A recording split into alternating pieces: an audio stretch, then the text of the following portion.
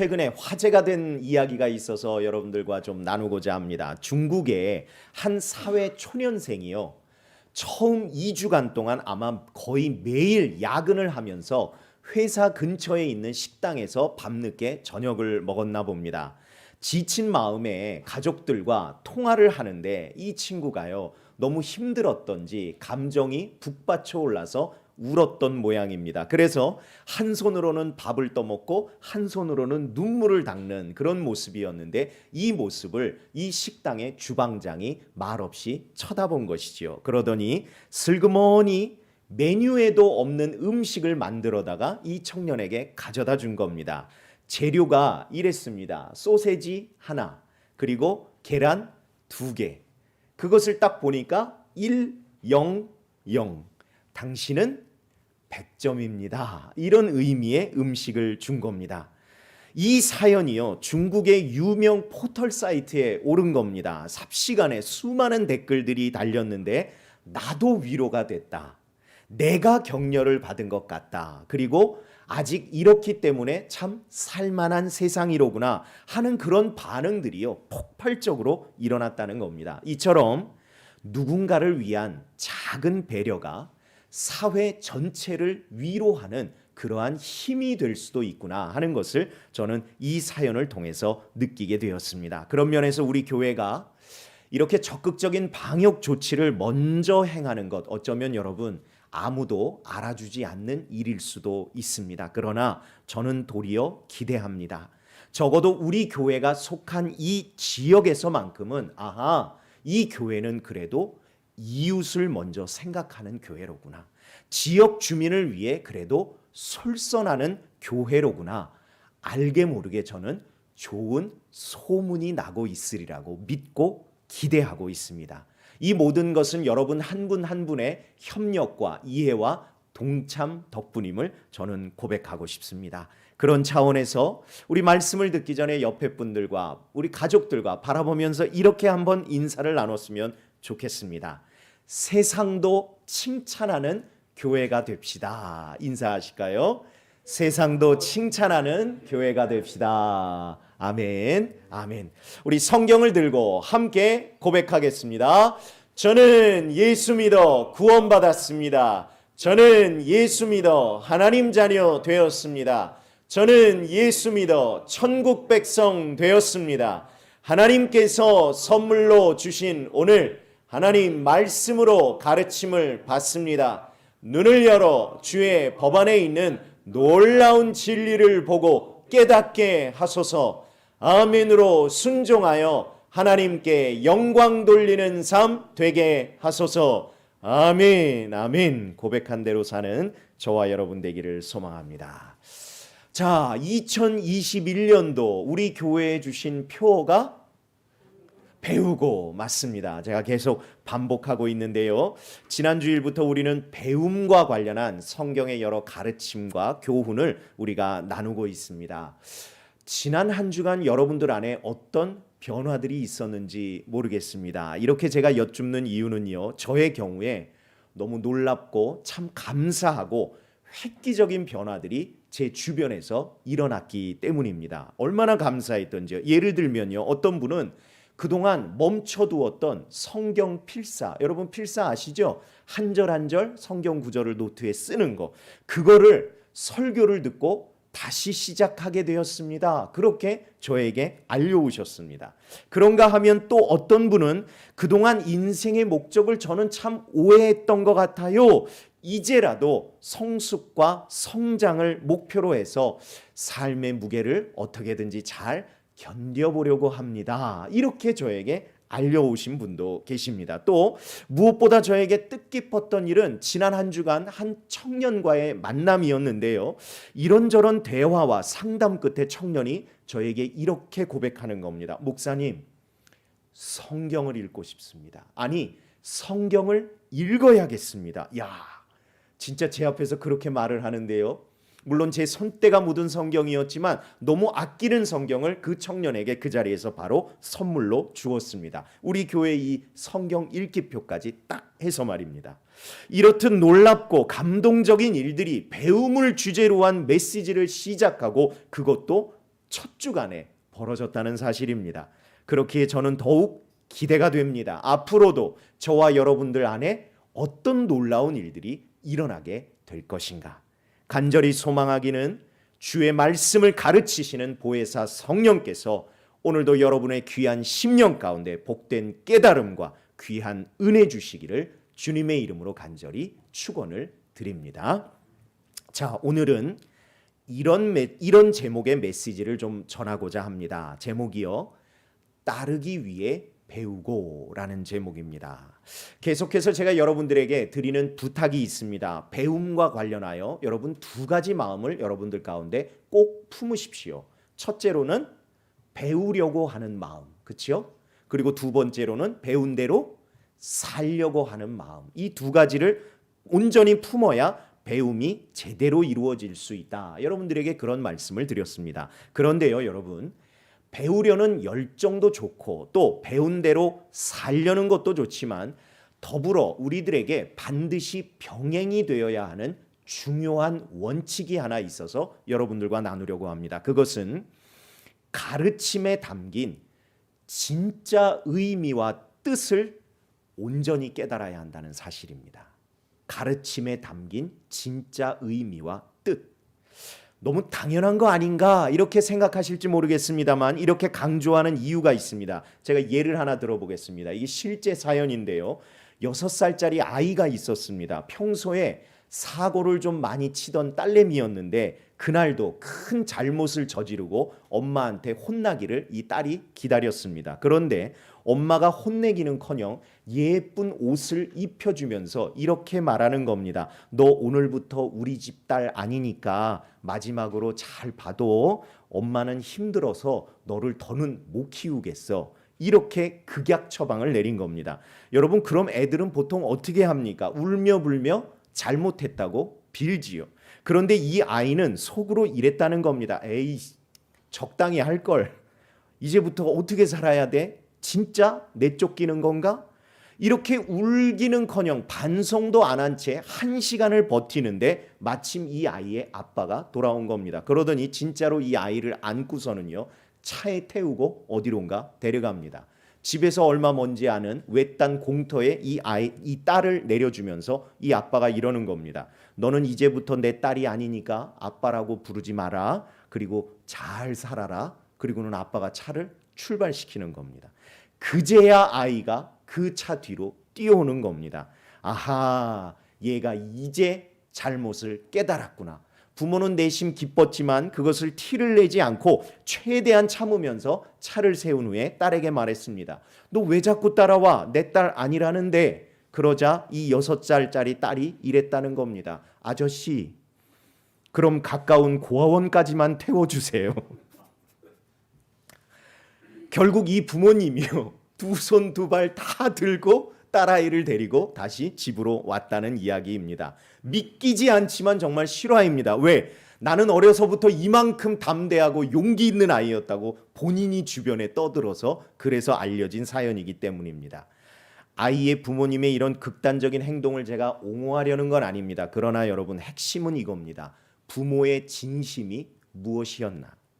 부모의 진심이 무엇인지를 온전히 깨닫는 것이야말로 자녀된 우리의 사명이라는 것이지요. 아니, 내 딸이 아니라고 한다고 해서 진짜 그때부터 아빠 엄마가 아니라 아줌마 아저씨가 되는 건가요? 이제부터 고아원에 가서 살아라 이런다고 해서 정말 집에서 내쫓기고 고아원 가서 살아야 하는 겁니까? 아닙니다. 부모님이 자녀에게 원하는 것은 내 사랑하는 자녀가 잘못을 깨닫고 반성하고 용서를 비는 것이 부모님의 진심인데 그걸 말 그대로 문자 그대로 해석해서는 아, 이제 진짜 이별이구나. 아, 이제 나 알아서 살아야 되는 거구나. 그렇게 판단하고 행동한다면 그거야말로 잘못 배운 경우라는 사실입니다. 더더군다나 이것은 굉장히 위험한 태도입니다. 그렇기 때문에 필요한 것이 무엇입니까? 열심히 배우기는 하되 눈에 보이는 대로만 아니면 귀에 들리는 대로만 배우지 말고 그 안에 담긴 뜻과 의도, 진심을 온전히 깨닫고자 노력하는 것, 이것이야말로 배움의 핵심이라는 사실입니다. 그래서 여러분과 나누고픈 짧은 구절이 있습니다. 제가 인터넷에서 검색하다 발견한 건데요. 화면을 보고 한번 보세요. 제가 읽어드릴게요. 그 사람 하나만 알고 둘은 모른다. 내 입으로 하는 말은 듣지만 내 마음이 하는 말은 듣지 못한다. 여러분 어떠세요? 저는 이 글을 읽는데 짧은 글이지만 정말 명문장이라는 생각이 들었습니다. 그 사람은 하나만 알고 둘은 모른다. 내 입으로 하는 말은 듣지만 내 마음이 하는 말은 듣지 못한다. 여러분, 말하는 사람의 심정이 얼마나 절절한가 느껴지는 글입니다. 여러분이 만약 이 글을 쓴 사람의 입장이라면 기분이 어떨 것 같으세요? 정말 답답할 것 같지 않으세요? 내 말의 의미는 그게 아닌데 그걸 상대가 알아주려고 하기보다는 오히려 반대로 생각하고 반대로 행동하는 상황. 그게 참 안타까운 겁니다. 그런데 너무 놀라운 사실은요. 이거야말로 성경에 수없이 등장하는 하나님의 마음이라는 사실입니다. 하나님의 마음. 더더군다나 누구에게서 하나님이 그러한 절박한 심정을 느끼셨는가? 바로 그분의 택하신 백성, 하나님을 믿는다고 하는 백성, 그리고 무엇보다 말씀을 잘 안다고 하는 백성, 그들에게서 도리어 하나님이여 이렇게 답답하고 안타까운 마음을 그것도 아프게 느끼신다는 사실입니다. 오늘 본문에 그 증거가 있습니다. 여러분 저를 한번 따라 하실까요? 뜻이 무엇인지 배우라. 뜻이 무엇인지 배우라. 다시 한번 뜻이 무엇인지 배우라. 뜻이 무엇인지 배우라. 본문 13절 전반부에 나오는 표현입니다. 너희는 가서 내가 긍휼을 원하고 제사를 원하지 아니하노라 하신 뜻이 무엇인지 배워라. 여러분 당시 상황이 이렇습니다. 예수께서 공생애를 시작하시면서 그분의 제자들을 부르신 것을 여러분들 아실 겁니다. 오늘 본문에서는요. 마태가 그 부르심의 대상이었습니다. 그런데 마태는 직업이 있었죠. 뭐지요? 세리였습니다. 세리. 당시 이 세리라는 직업은요. 사회적으로 지탄의 대상이었습니다. 동족의 고혈을 빨아 얻은 재물로 로마 제국에 충성하고 자기네들의 배를 불리던 사람이었기 때문입니다. 그러다 보니 반대로 민족을 사랑하는 애국자로서 또 성경에 정통한 지식인으로서 당시 바리새인들은요 이런 세리들을 절대 용납할 수가 없었습니다. 그들을요 죄인으로 낙인 찍었습니다. 그래서 한 식탁에 마주 앉기는커녕 평소에도 아예 상종조차도 하지 않았다는 사실입니다. 그런데 어느 날 그들의 눈에요 너무 충격적인 광경이 벌어진 겁니다. 눈엣가시 같은 예수님이요 그것도 세리 마태의 집에서 다른 세리들과 다른 죄인들과 어울려서 식사하고 교제하는 모습을 이들이 보게 된 겁니다. 율법상 있을 수도 없는 도저히 용납할 수도 없는 일인 겁니다. 모세오경을요 정면으로 부정하는 그런 행위인 겁니다. 그래서 나름 이들이 의분을 일으켜서 예수님의 제자들에게 항의한 겁니다. 어찌하여 너희 선생은 세리와 죄인들과 함께 잡수시느냐. 그러자 예수께서 직접 나서셔서 답으로 주신 말씀이 이겁니다. 이러이러하게 행하라. 하나님이 말씀하신 뜻이 무엇인지부터 좀 제대로 배우지 않겠니? 그렇게 말씀하신 겁니다. 문자 그대로가 아니라 아니면 내가 옳다라고 믿는 대로가 아니라 제발 말씀하신 분의 뜻과 의도 그리고 중요하다고 생각하신 우선순위 그거부터 깨달아. 이렇게 촉구하시는 말씀입니다. 근데 여러분 그런 의문 안 생기세요? 아니 같은 성경이고 더더군다나 바리새인들은 성경에 정통했던 사람들이라 누구보다 성경에 대해서 잘 알고 있었을 텐데 왜 바리새인들이 보인 태도는 정작 하나님의 뜻과 반대되는 하나님의 뜻을 거스르는 그런 행동을 했는가? 여러분 그런 의문 안 드세요? 저는 그런 의문이 들더라고요. 아니 이 시대를 살아가는 우리도 말씀을 통해서 하나님 뜻이 이런 거구나라는 걸 깨달으며 살아가는데 왜 이들만 몰랐는가 하는 겁니다. 그런데요, 이것을 이해하기 위해서 여러분들과 매우 흥미로운 현상 하나를 좀 나누겠습니다. 한국인이요, 한국말인데도 잘 못 읽는 단어가 있다고 합니다. 그게 뭔지 아세요, 여러분? 답이요, 당기세요랍니다. 당기세요. 문에 가장 잘 보이는 곳에, 손이 가장 많이 닿는 곳에 당기세요라고 써 놓았는데도 불구하고 한국 사람들은 일단 어떻게 한다고요? 밀고 본다는 겁니다. 사진 한 장을 한번 띄워봐 주시죠. 여러분 보이세요? 어느 업장의 정문인데 당기시오라는 글자를 몇 번을 써놨는지 모릅니다. 제발 막 반복까지 해가면서 당기시오를 써붙여 놓았습니다. 여러분 이유가 뭘까요? 너도 나도 밀기 때문입니다. 분명히 한국말로 당겨달라고 그렇게 써놓았는데도 말입니다. 저 순간 제가 이런 유행어가 떠오르더라고요. 도대체 왜 이러는 걸까요? 근데 이유가 있습니다. 자기 경험이라는 틀에 갇혀서 자기 신념이라는 안경을 쓰고 세상을 바라보니까요, 분명 보이고 읽을 수도 있는데도 불구하고 그렇게 하지 않는다는 사실입니다. 자, 이런 생각이 문득 떠오릅니다. 그럼 처음부터 문을 양방향으로 열리도록 해놓지 왜 저렇게 해놔서 불편하게 하는가? 물론 여러분 그런 문들도 있습니다. 그런데 집에 대해서 조금만 아시는 분들, 건축에 대해서 아시는 분들은요, 건축법상, 소방법상 반드시 안에서 밖으로 열리도록 문을 만들어야 하는 그러한 규정이 있는 걸 아실 겁니다. 특히 출입구, 비상구를 그렇게 만들어야 합니다. 왜? 건물 안에 비상 상황이 벌어졌을 때 사람들이 빨리 탈출하기 위해서는 어떻게 열려야 돼요? 안에서 무조건 바깥으로 열리게끔 만들어야 한답니다. 제가 그걸 보고 우리 교회 정문을 가서 다시 확인해 봤더니 우리 교회 정문도 안에서 밖으로만 열리게 되어 있더라고요. 근데 또 매우 흥미로운 점은요, 여러분 반대의 경우도 있습니다. 은행 가보셨죠? 은행은 어떻습니까? 은행은요, 바깥에서 안으로 들고 가는 문입니다. 그리고 나올 때는 당겨야만 열립니다. 그 이유가요, 혹여 강도라도 들었을 때 돈을 빼앗아 달아나는 그 과정을 조금이라도 지연시켜 본다는 그런 목적이 있다는 겁니다. 여러분, 다 이유가 있는 겁니다. 그런데 그런 상황에다 대고 왜 문을 양방향으로 안 만들어서 나를 불편하게 해? 이렇게만 주장한다면 어떤 겁니까? 어쩌면 약간은, 여러분 좀 죄송한 표현이지만 무식한 겁니다. 하나만 알고 둘은 모르는 겁니다. 저도 이번 설교를 준비하면서 정말 새롭게 알게 된 사실인데요. 이런 법칙이 있다고 합니다. 요나 증후군.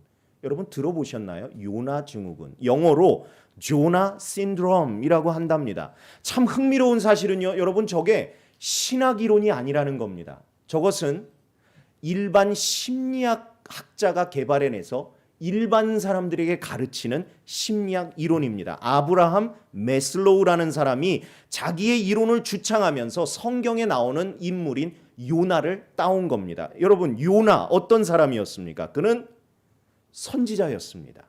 선지자는요, 사명이 있습니다. 예레미야 1장에도 나오지만 하나님이 보내시는 곳으로 가야만 하는 거고요, 하나님이 명령하신 것은 전부 다 행해야 하는 사람, 그게 선지자고 선지자의 사명입니다. 그래서 요나가 받은 사명이 무엇이었나?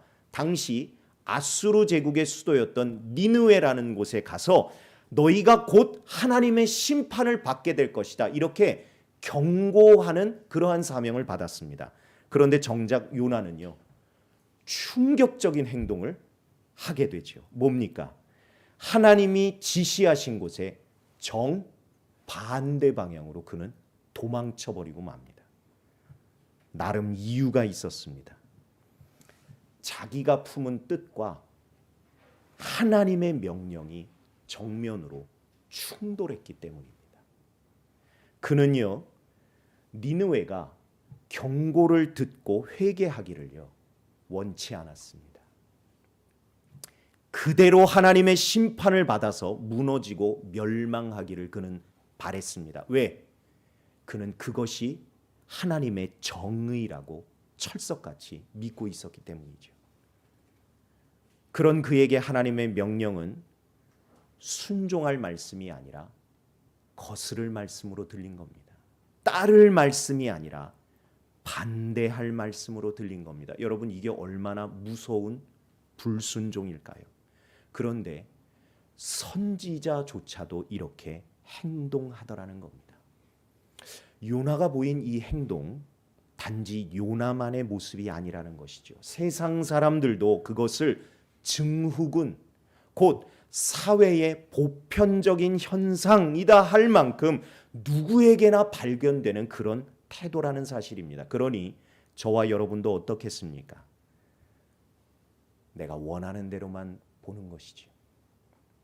내가 필요한 대로 읽는 겁니다. 그리고 내가 판단한 대로 해석하는 겁니다. 그리고 내 소망과 상반되는 것이라면 그것이 하나님의 말씀일지라도, 성경에 분명히 그렇게 기록되어 있을지라도 보이지도 읽히지도 않는 겁니다. 그리고 적당히 살아가는 것이죠. 이는 중대한 잘못입니다. 나 또한 바리새인이 될 수 있다는 사실입니다. 그런데 놀라운 은혜가 있습니다. 그렇게 불순종하여 도망친 요나를 하나님이요 외면하지 않으셨다는 사실입니다. 버리지 않으셨어요. 그를 죽음의 위협 가운데에서 건지실 뿐만 아니라 다시금 사명을 회복하도록 역사하셨습니다. 그리고 하나님이 이제는 순종하겠습니다 말하는 요나에게 하나님의 진심을 이렇게 깨닫게 하셨습니다. 요나 4장 11절 말씀, 우리 화면을 보고 한 목소리로 함께 읽어봅니다. 시작. 하물며 이 큰 성읍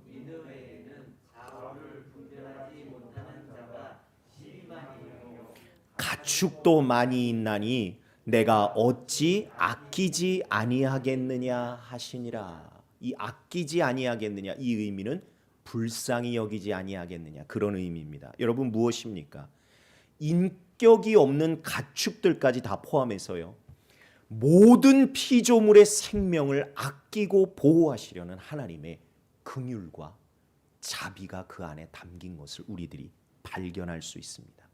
단지 죄를 심판으로만 다루시려는 게 아니라 경고를 통해서 돌이켜서 생명을 보존하도록 그 길과 방법을 먼저 열어주려고 하시는 하나님의 진심, 그 진심이 이 말씀에 담긴 하나님의 의도라는 사실입니다. 그런 면에서 오늘 본문에 나타난 예수님의 이 선언은요, 정말 딱 하나님의 진심과 맞아떨어집니다. 13절 후반부에 보니까 나는 의인을 부르러 온 것이 아니요 죄인을 부르러 왔노라 하시니라.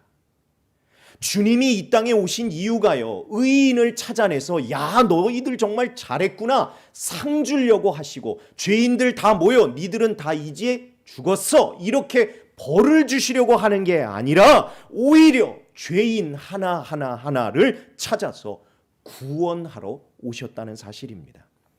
죄인이 주님의 관심의 대상입니다. 죄인이 주께서 부르시는 대상입니다.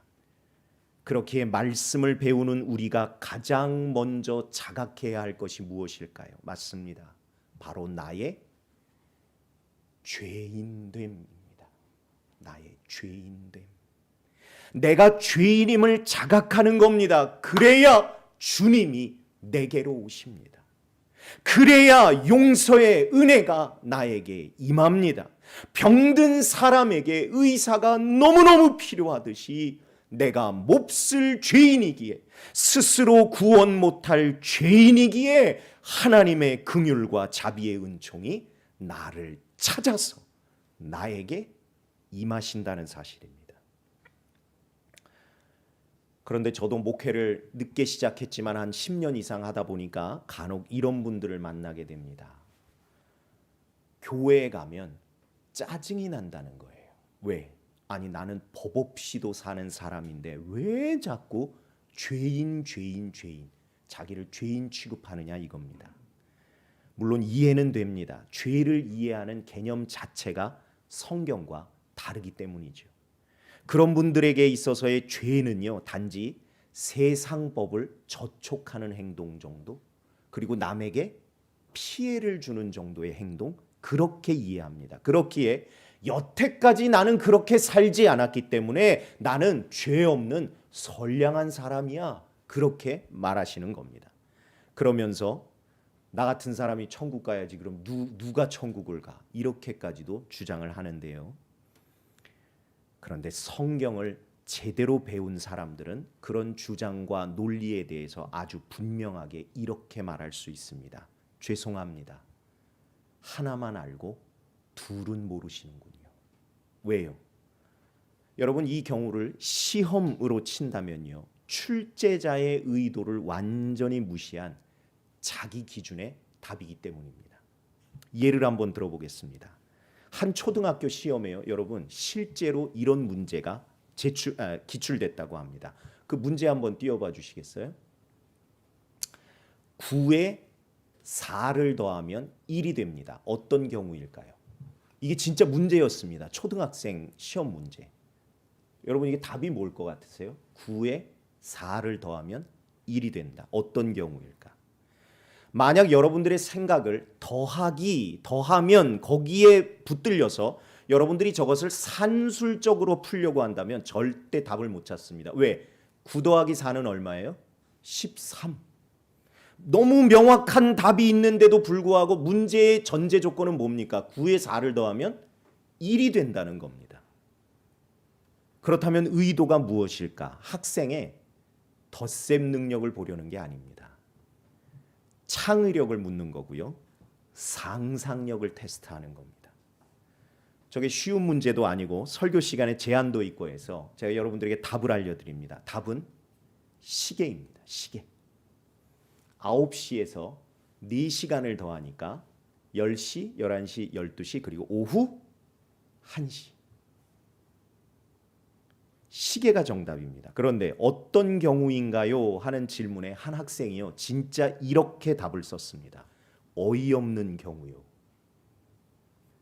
여러분, 심정적으로 동의는 되지 않습니까? 왜? 아무리 생각해도 9 더하기 4는 13이 되어야 하는데 출제자는 그것을 1이라고 하니 이 학생에게는요, 진짜 어이없는 경우입니다. 진짜 그렇게 썼더라고요. 삐뚤빼뚤한 글씨로 어이없는 경우.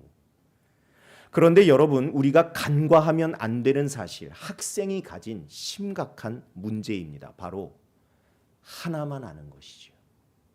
9 더하기 4는 13, 이것만 아는 겁니다. 그런데 아니요, 세상에는 9 더하기 4는 1이다 하는 법칙도 현상도 엄연히 존재한다는 사실입니다. 하나만 알면 안 됩니다. 둘 이상의 지식이 있어야만 문제를 해결할 수 있는 겁니다. 여러분, 하물며 세상 학문도 이러할진데 지혜의 모든 근원이신 하나님의 말씀을 대충 문자적으로만 알려고 하고 나의 얕은 생각, 지식, 그러한 기준으로 접근하려 한다면 어떤 일이 벌어지겠는가 하는 겁니다. 요나 증후군에 빠지는 겁니다. 창조주의 의도를 벗어나 틀린 삶을 살게 되는 것이죠. 섭리하는 분의 방향을 벗어나 잘못된 방향으로 가는 겁니다. 아울러 조금만 삶이 어려워지면 금방 실망하고 불평하게 됩니다. 그래서 진짜 죄인이 됩니다. 바리새인들처럼 말입니다. 우리말 죄라고 번역된 이 헬라어 하마르티아의 원래 뜻은요, 여러분, 관역에서 벗어난 상태, 이런 뜻입니다. 내가 아무리 준법하고 선량하게 산다고 해도요, 하나님이 정하신 뜻과 의도와 방향에서 조금이라도 벗어난 우리들의 모든 신념과 태도는 다 하나님 앞에 죄라는 사실입니다. 그래서 저와 여러분은 모두 다 무엇입니까?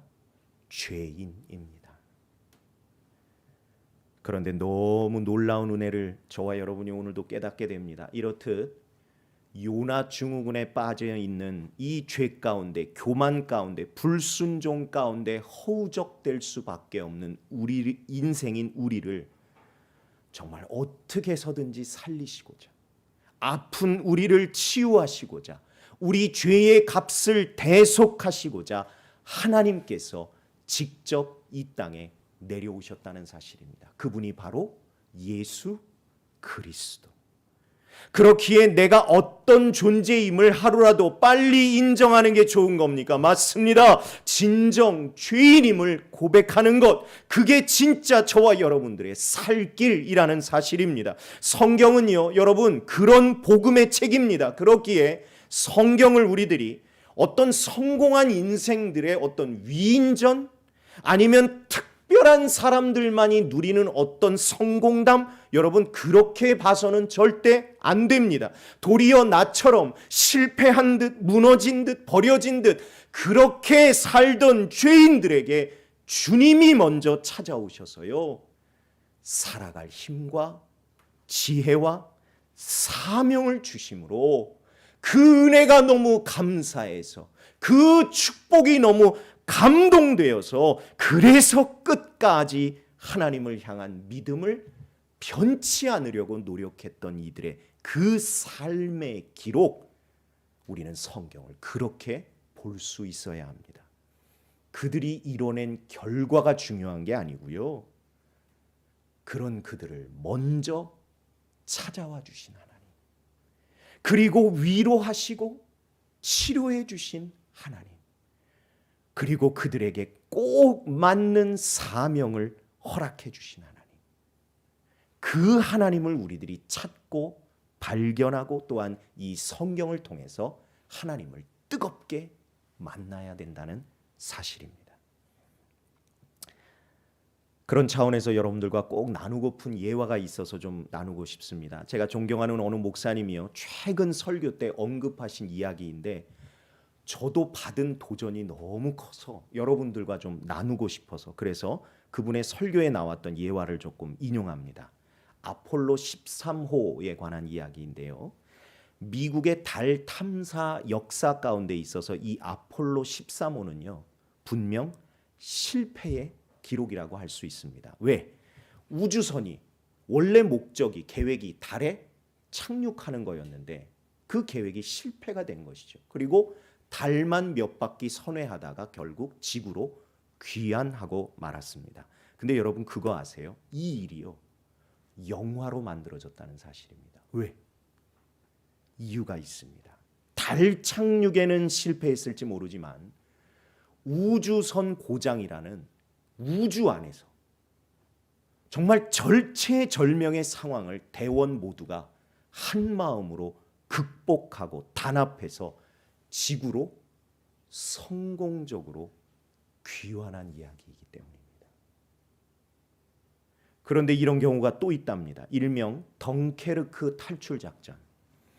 2차 세계대전 당시 영국군이요, 독일군에게 완전히 참패를 당했습니다. 그래서 20만 명이 넘는 영국군이요, 이 덩케르크라는 항구 도시로 이렇게 몰린 겁니다. 포위된 겁니다. 정말 꼼짝없이 몰살당하게 된 상황이었습니다. 그런데 기적이 벌어집니다. 민관군 합동하에요, 그 20만 명을 모두 탈출시키는데 성공합니다. 그렇기에 이 덩케르크는 패배한 전투로서 역사에 기록된 것이 아니라 성공적으로 탈출한 작전으로서 역사가 덩케르크를 기억한다는 사실입니다. 사랑하는 여러분, 제가 드리고 싶은 말씀이 바로 이겁니다. 하나만 알면 실패의 역사인 것 같은데요, 하나님의 은혜를 알면 성공의 역사일 수 있다는 겁니다. 하나님께서 성경에 담으신 진심이야말로 우리의 실패를 하나님의 성공으로 바꾸시겠다는 신실한 축복의 약속임을 믿습니다. 우리의 두려움을요, 하나님의 확신으로 바꾸시겠다는 능력의 약속이 바로 성경이라는 사실입니다. 그렇기에 우리들이 제대로 배우면 온전히 따를 수 있습니다. 또 마찬가지로 온전히 따르기 위해 우리들은요, 제대로 배워야 합니다. 하나만 알면 위험합니다. 얕게만 알면 교만합니다. 나를 앞세우면 반대로 갑니다. 이렇듯 요나처럼, 바리새인처럼 하나만 아는 것 때문에 하나님의 뜻을 거스르는 인생이 아니라 말씀에 비추어 나의 죄인됨을 철저히 자각하고 정말 주님 없이는 나는 한순간도 살아갈 수 없습니다. 그렇게 겸손히 간절히 고백하는 그러한 인생들이 되심으로 너야말로 내가 필요하구나. 너야말로 내가 필요하구나. 이렇게 찾아와 주시는 하나님의 축복을 충만히 경험하는 저와 여러분들이 다 되시기를 주님의 이름으로 간절히 축원을 드립니다. 들으신 말씀 생각하면서 오늘도 우리들이 조용히 묵상하며 결단하며 기도하기를 원합니다. 첫 번째 제목을 드려봅니다. 첫째로 얕은 경험과 지식을 앞세워 하나님의 말씀을 깊이 묵상하는 데 소홀했던 나의 교만을 회개합니다. 이 시간 우리 주님 앞에 회개의 기도를 드리겠습니다.